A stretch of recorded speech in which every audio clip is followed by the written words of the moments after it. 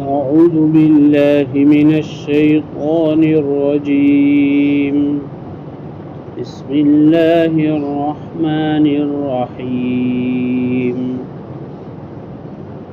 قال نوح رب إنهم عصوني واتبعوا من لم يزده ماله وولده إلا خسارا ومكروا مكرا كبارا وقالوا لا تذرن آلهتكم ولا تذرن ودا ولا سواعا ولا يغوث ويعوق ونسرا وقد أضلوا كثيرا ولا تزد الظالمين إلا ضلالا مما خطيئاتهم أغرقوا فأدخلوا نارا فلم يجدوا لهم من دون الله أنصارا. شروع اللہ کے نام سے جو بڑا مہربان نہایت ہی رحم والا ہے. یہ سورہ نوح 29ویں پارے میں پارے کا 10واں رکوع ہے. نوح علیہ السلام کا تذکرہ چل رہا تھا کہ انہوں نے اپنی قوم کو مختلف انداز میں دعوت دی، لیکن ان کی قوم نے نہیں مانا. نہ ماننے کی وجہ یہ تھی کہ اللہ کی جیسی عظمت پہچاننی چاہیے ان کے دل میں نہیں تھی.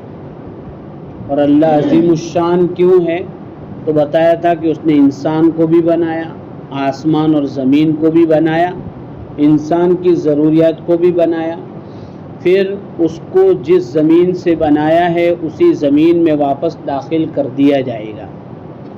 پھر حضرت نوح علیہ السلام کی دعا کا تذکرہ ہے کہ نوح علیہ السلام نے کہا کہ اے میرے پروردگار انہم عصونی، کہ یہ میری جو قوم ہے انہوں نے میرا کہا نہیں مانا، میری نافرمانی کی، میں جو کہہ رہا ہوں اس کا الٹا کر رہے.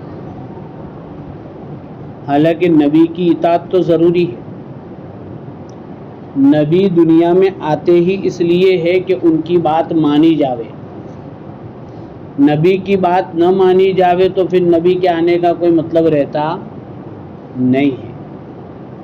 نبی کی نہیں مانی، مانی کس کی انہوں نے؟ تاکہ واتبعوا، ان لوگوں کی مانی جن کے پاس مال بھی بہت تھا، اولاد بھی تھی، اور مال اور اولاد نے جن کا نقصان کر رکھا تھا ان کی انہوں نے مانی.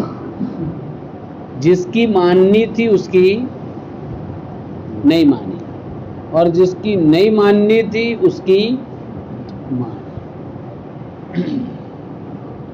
مال اور دولت نے ان کا نقصان کیا. کن کا نقصان کیا؟ مال والوں کا اور اولاد والوں کا. ایسے قرآن میں دوسری جگہ بھی ہے انما اموالکم و اولادکم فتنہ، کہ مال اور اولاد آزمائش کی چیز ہے. کبھی آدمی مال کے راستے سے وہ نیکیاں کر لیتا ہے جو اچھے لوگ نہیں کر پاتے، اور کبھی مال کے راستے سے آدمی ایسے راستے پر چلا جاتا ہے کہ اللہ حفاظت فرمائے. اور دنیا میں اکثریت کی حالت یہی ہے. جیسے اس وقت سمجھو موبائل، کہ بھئی موبائل کا اچھا استعمال بھی کرنے والے کر رہے، یعنی اس پر لوگوں کے کاروبار ہے، اور دین کا کام بھی بہت سارے لوگ کر رہے ہیں. لیکن اکثریت میجورٹی وہ ہے جو اس کا مس یوز کر رہی ہے. ایسے ہی مال کا ہونا برا نہیں جیسا کہ موبائل کا ہونا برا نہیں ہے، اس کی استعمال پر مدار ہے. لیکن جتنوں کو اکثر مال ملتا ہے تو مال کا نشہ آتا ہے، مال کی وجہ سے تکبر آتا ہے، مال کی وجہ سے غرور، گھمنڈ، میں بڑا ہوں، میرے جیسا کوئی نہیں، چال بدل جاتی ہے، کسی کو نظر میں نہیں لاتا ہے، سب کو چھوٹا سمجھنے لگتا ہے اور ایسا سمجھتا ہے کہ وہی خدا ہے، یعنی وہاں تک مسئلہ پہنچ جاتا ہے. وہ اپنے مال کو سب کچھ سمجھتا ہے. اور کئی واقعات قرآن میں بھی اس طرح کے آئے. ولید بن مغیرہ کا سورہ قلم میں ہم نے قصہ پڑھا کہ مال نے بہت مال تھی، اولاد بھی 10 اولاد تھی، تو اس کو مال اور اولاد پر بڑا ناز تھا، تو اس کی کشتی ڈوب گئی. تو معاشرے میں کیا ہو رہا ہے؟ نوح علیہ السلام نے کہا کہ میری نہیں مان رہے. کس کی مان رہے؟ مال والوں کی اور اولاد والوں کی. کیونکہ ظاہری بات ہے سکہ معاشرے میں ان کا ہی چلتا ہے، کہیں بھی چلے جاؤ وہ معاشرے میں جو کرنا چاہے کرتے ہیں. رواجوں کو بگاڑنا ہو تو بھی اور رواجوں کو اچھا کرنا. ایک مالدار کبھی کبھی شادی کر کے بھی ایک مثال قائم کر دیتا ہے، اور کبھی مالدار اپنی شادی میں روپیہ لٹا کر غریبوں کی شادیوں کو مشکل بنا دیتا ہے. ایسا بھی ہوتا ہے نا بھائی. اب کیا ہوتا ہے معلوم ہے؟ مالدار تو شادی کر کے چلا گیا، جہاں سے آیا تھا وہاں چلا گیا، جہاں سے بھی رہتا ہوں وہاں سے آ کے چلا گیا. اب غریب کی بیٹی کیا کرے گی؟ غریب کے مالدار کیا کریں گے معلوم ہے؟ کہیں گے ابا جان وہ کروڑ کی شادی کر کے گئے، اپنے کروڑ پتی نہیں ہے، لیکن کم سے کم اپنی شان کے مطابق کم سے کم ابا لاکھ کا تو خرچہ کرو. اب اس غریب باپ کے لیے لاکھ یعنی کیا ہوا؟ کبھی زندگی میں گنے نہیں اس نے لاکھ روپئے. اب بیٹی کروڑ کے مقابلے میں لاکھ کا مطالبہ کر رہی ہے، لیکن اس باپ کے لیے کروڑ سے بھی بڑھ کر ہے. تو یہ کیا ہوا؟ یہی ہوا کہ مال والے کی پیروی کی جا رہی ہے، اس کے پیچھے چلا جا رہا ہے. تو لوگ کیا کہیں گے؟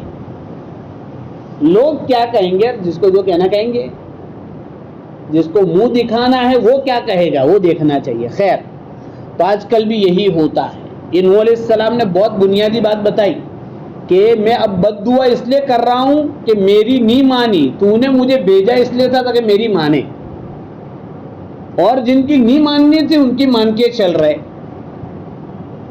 اور یہیں پر بس نہیں، وَمَكَرُوا مَكْرًا كُبَّارًا. جب آدمی کو کسی کی نہیں مانتی ہے نا تو وہ دوسرا ایک نہیں ماننی ہوتی ہے تو دوسرا ایک کام کرتا ہے. وہ کیا کرتا ہے؟ اپنے فیور کے لوگ تیار کرتا ہے، پلاننگ کرتا ہے، منصوبہ بناتا ہے کہ دیکھو میں اکیلا اگر اسٹرائک کروں گا، ویرودھ کروں گا، آبجیکشن اٹھاؤں گا تو سماج میرے خلاف ہو جائے گا. تو کیا کرتا ہے کہ اپنے خیال والے لوگوں کو تیار کرتا ہے. شاہ عبد العزیز رحمۃ اللہ علیہ نے وَمَكَرُوا مَكْرًا كُبَّارًا کے ضمن میں لکھا ہے کہ انہوں نے کیا کیا پلاننگ کی. چونکہ یہاں کبارا بہت بڑی بڑی پلاننگ کی. اس میں پہلا پلان تو یہ کیا کہ نبی کی نبوت میں شک پیدا کرنے کی کوشش کی کہ یہ نبی ہے ہی نہیں ہوں. جیسے دوسرے نبیوں کے بارے میں بات کہی گئی کہ ایک ایسا آدمی تو ہمارے جیسا ہی آدمی ہے، پھر نبی کیسے ہو گیا؟ ان کی بھی بیوی ہے، ان کے بھی بچے ہیں، یہ بھی کماتے ہیں، بازار میں جا رہے ہیں، ہم کو جو بیماریاں ہوتی ان کو بھی ہوتی ہے، ہمیں جو خوشی غمی ہوتی ان کو بھی ہوتی ہے، تو ان میں اور ہمارے میں تو کوئی فرق نہیں، پھر نبی کیسے ہو گئے؟ اس طرح تو بھولے بھالے لوگ ایسی سیدھی سادی بات میں اندر ڈبے میں اتر جاتے ہیں، بوتل میں جنات آ جاتا ہے. تو اس طرح ورگلا ہے. دوسرا کام کیا کیا؟ نبی کے بارے میں شک ڈالا اور خدا کے وجود کے بارے میں کہ خدا ہو تو دکھے نا، دکھتا تو ہے. خدا کو ہدایت دینی تو خدا کے نہ سمجھاوے ہم کو، ان کو کہے کو بھیجا. اس کا مطلب ہے کہ خدا نہیں ہے.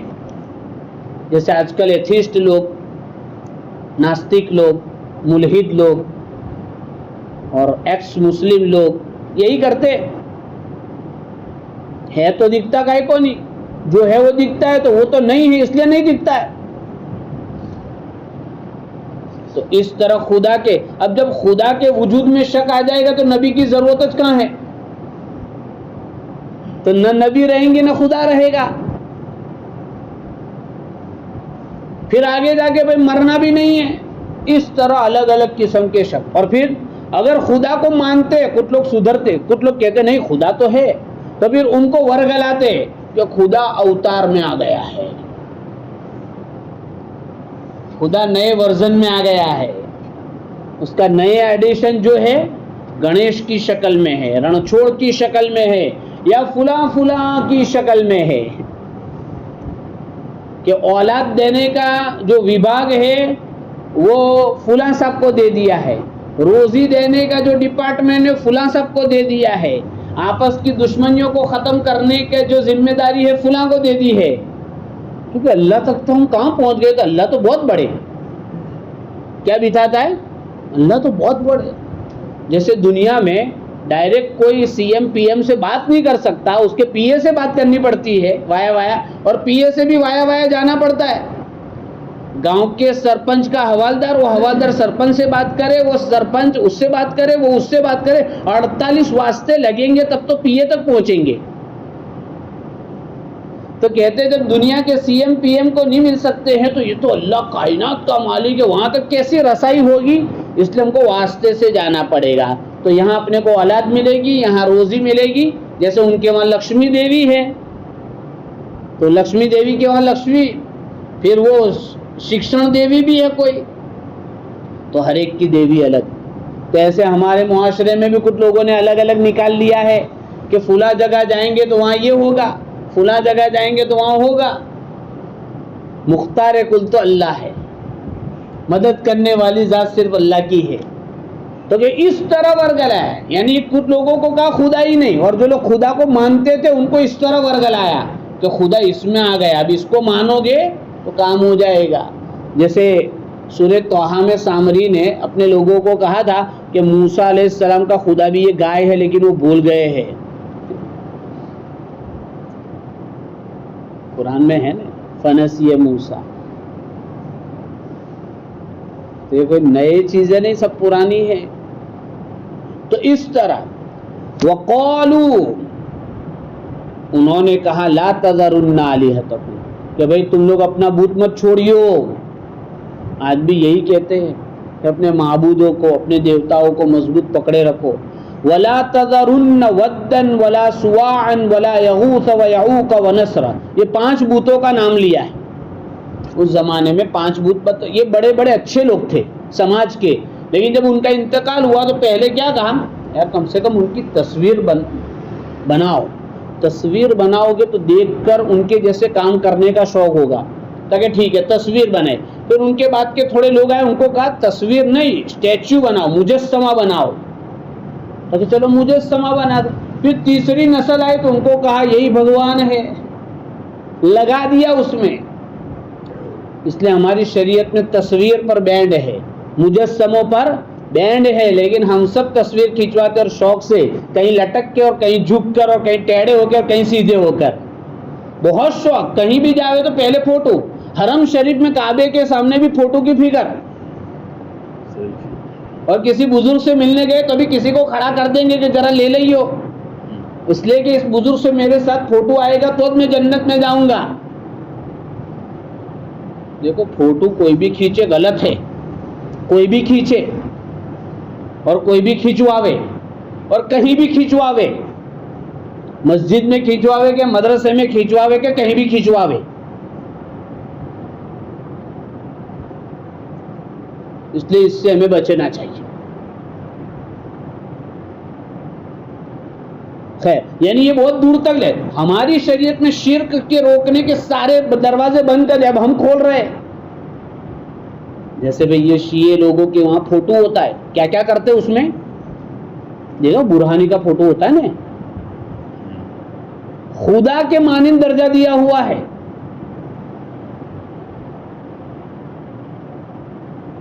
ایسا ہوتا ہے, جیسے جیسے دوری جاتی ہے تو ایسا ہوتا ہے. وَقَدْ أَضَلُّوا كَثِيرًا, انہوں نے بہت سارے لوگوں کو گمراہ کیا ہے. وَلَا تَزِدِ الظَّالِمِينَ إِلَّا ضَلَالًا, ظالموں کی ضلالت بڑھتی ہی جاتی ہے, رکتی نہیں ہے. پھر کیا ہوا, بڑھتا ہی گیا سلسلہ. ان کے گناہوں کی وجہ سے وہ غرق ہوئے. نوح علیہ السلام کی قوم کیا ہوئی, برباد ہو گئی. ڈوب گئی. فَأُدْخِلُوا نَارًا، دنیا میں تو پانی میں ڈوبی اور آخرت میں جہنم میں جائے گی. فَلَمْ يَجِدُوا لَهُم مِّن دُونِ اللَّهِ أَنصَارًا، انہوں نے اپنے لیے اللہ کے علاوہ کوئی مددگار نہیں پائے. یہ جتنے بت بنا رکھے تھے ایک بھی نہیں آیا. چلو کوئی جاتا ہے تو جس کو پوچھتے وہ آتا ہے چھڑانے، بولو کہیں بھی نہیں آتا ہے.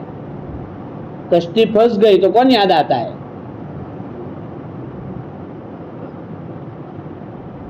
بولو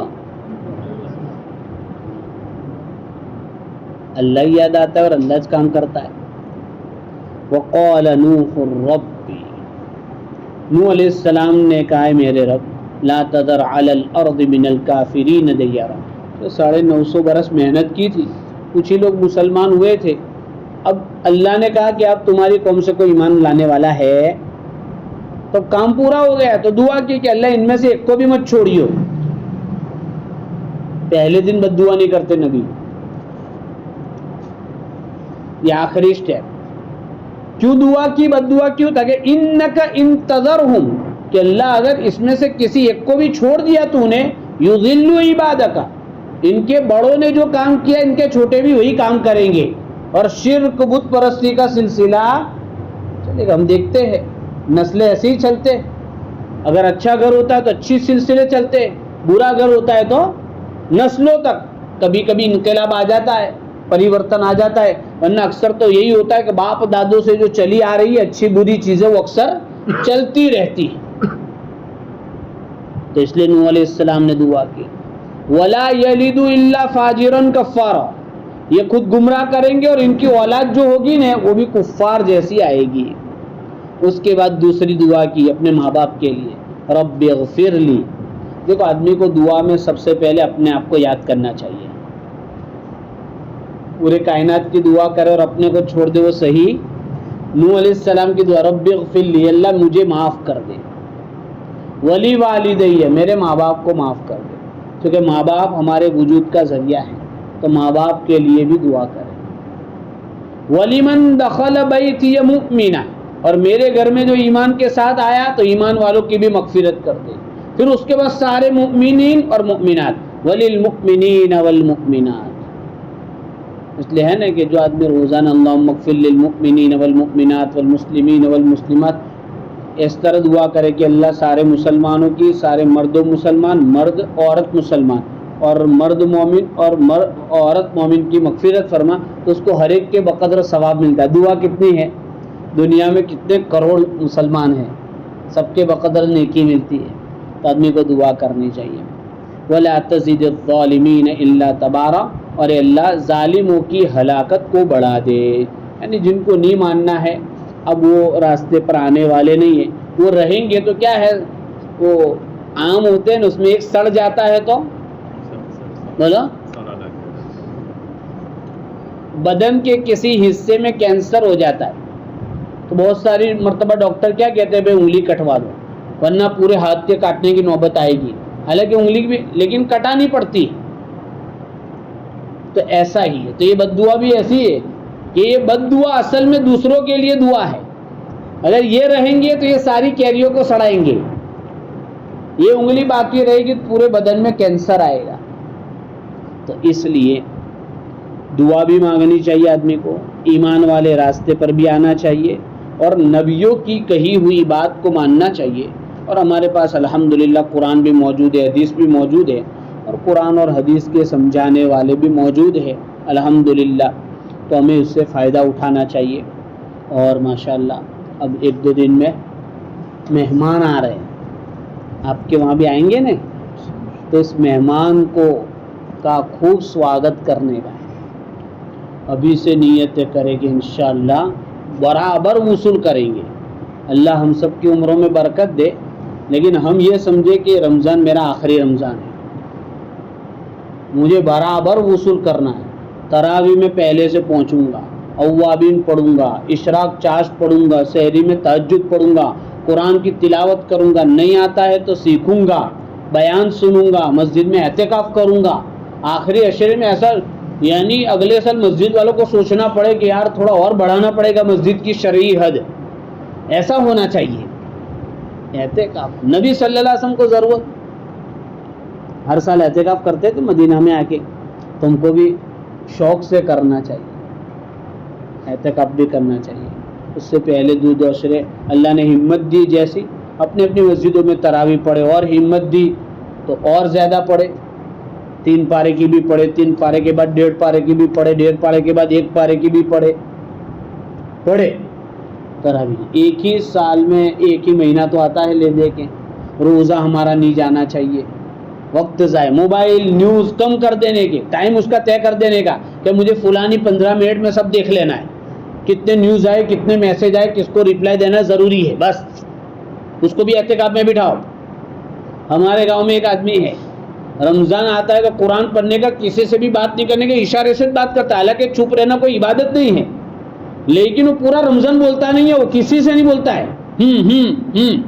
یوز کرتا ہے اشارے سے، اور قرآن ہی پڑھتے رہتا ہے، ٹیمپو بھی بند کر کے 407 ہے اس کے بعد کور چڑھا کے رکھ دیتا ہے، جمعہ کو رکھے گا، عید کے دوسرے دن کھولے گا، اللہ بھروسے۔